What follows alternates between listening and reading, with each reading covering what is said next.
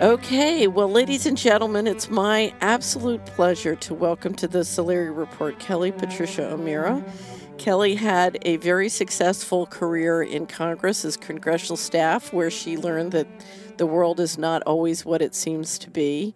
Became a reporter for Insight Magazine, where I got to know her well, and had incredible triumphs, including on the topic we're going to talk about today, left and wrote a very successful book, Psyched Out, and has continued to write and cover many stories, but certainly the one of the drugging of America. I consider absolutely there to be no one who can touch her in terms of her coverage and understanding of this issue and how it relates to many of the other issues going on.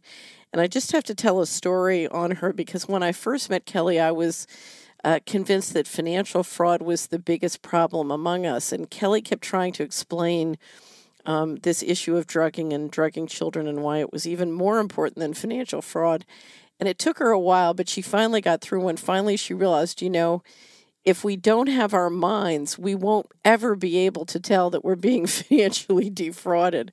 And I realized, oh, she's right. If we're in our right minds, we can solve any problem. But if we're not, we can't. So with no further ado, Kelly, thank you so much for joining us on the Solari Report.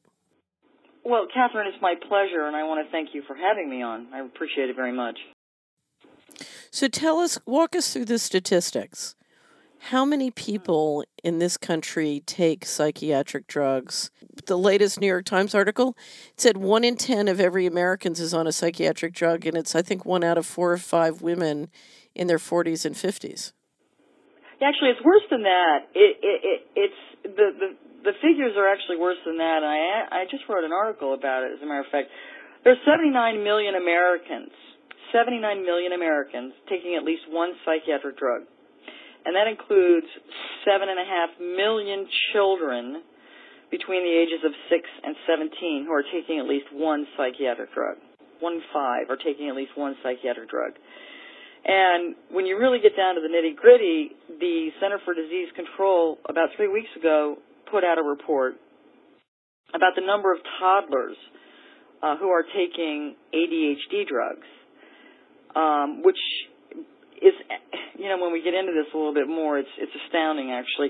When you look at the numbers, right now they say they had 10,000 toddlers, and that's under the age of 2, who are taking ADHD drugs. Now, ADHD drugs are methylphenidate, or which would be Ritalin, or amphetamine, which is Adderall.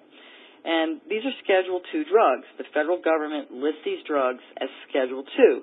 Schedule II is the most addictive. So you have, Ritalin, cocaine, opium, and heroin. Those are Schedule II drugs.